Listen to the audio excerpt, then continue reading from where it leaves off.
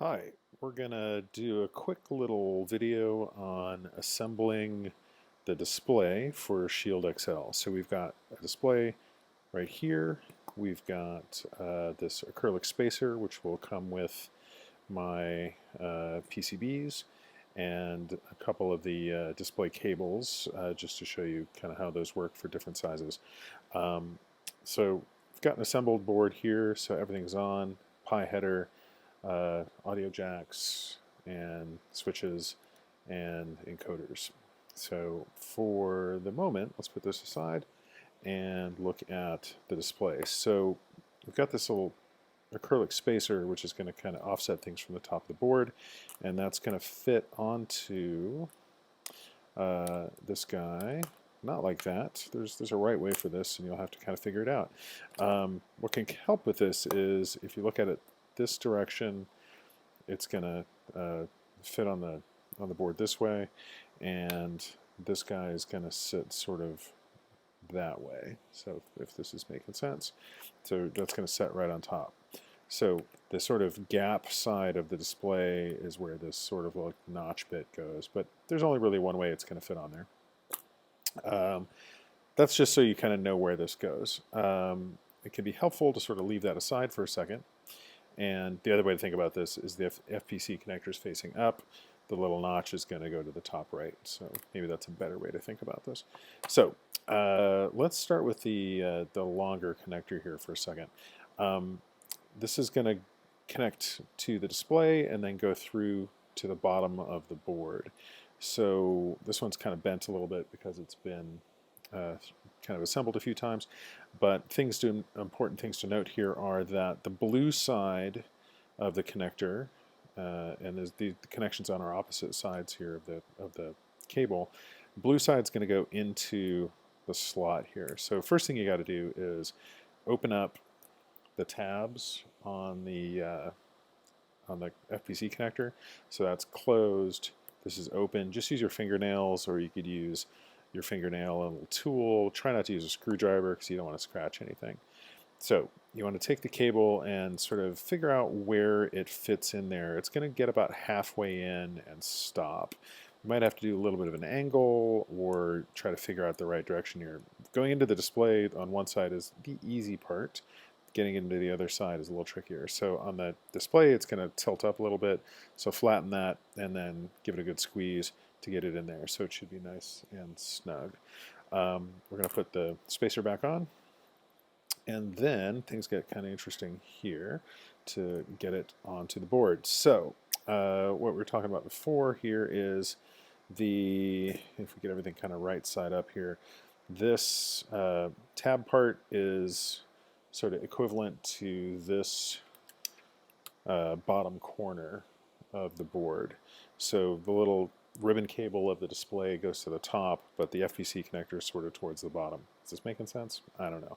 Anyway, so if you've got it like this, you're going to feed the display cable through, and then the display is going to sit on top like this. So it's going to sit flush and nice and sandwiched in there. So, but for the moment, we want to leave that disconnected because getting this into this connector, it can be a little bit tricky.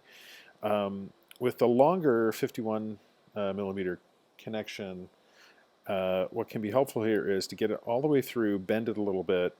You don't want to give it like fold it in half, but you can bend it a little bit, and it's fine to do that.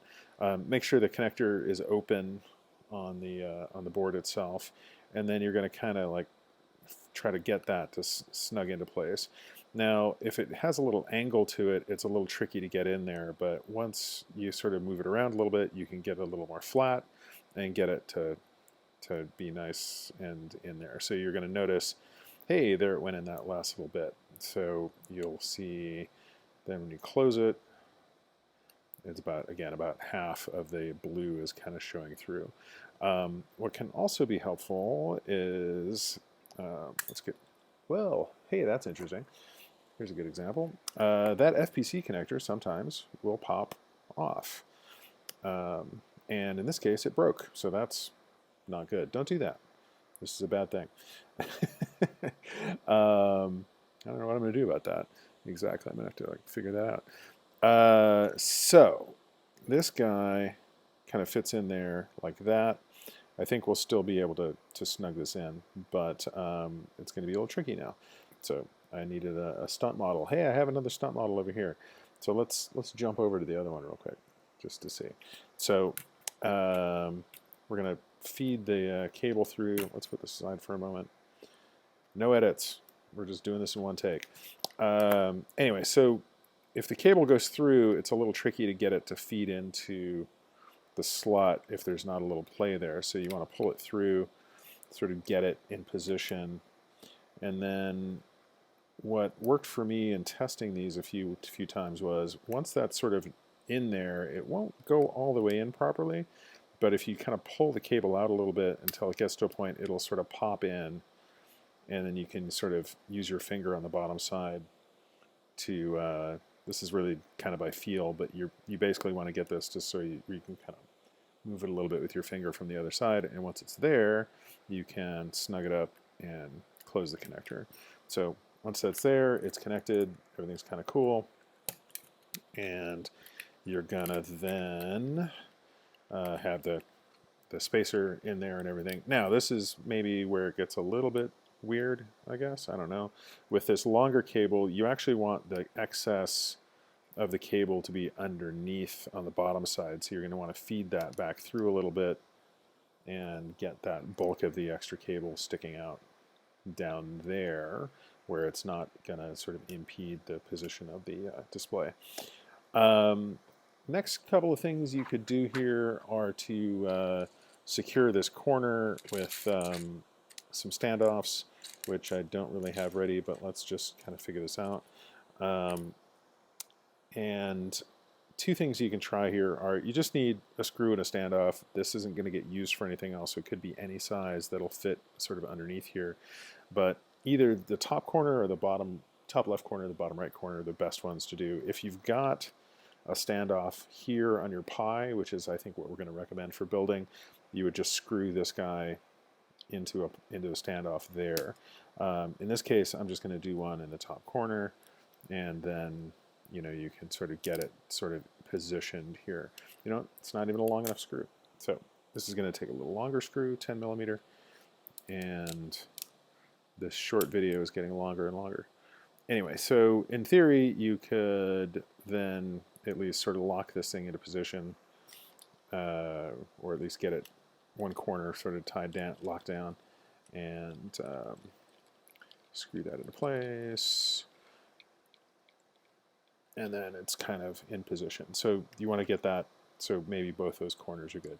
We're going to, when we put this in a case, we're going to have another screw going through this corner, so it sort of will keep everything together. The other connector cable is a little shorter and has a little bit different, but sort of the same approach to connection here. So let's get that screw out of there. I'm going to disconnect this and do this one more time. So let's disconnect the long cable. So the short cable will go in here again, and that kind of goes in, snaps into place. Let's actually reseat that. And sometimes you can just wiggle it back and forth, make sure it's flat inside there, close it. We're going to put the connector, the spacer on, feed that through. So same thing we did before, where you want to get this to sort of like be underneath the tab.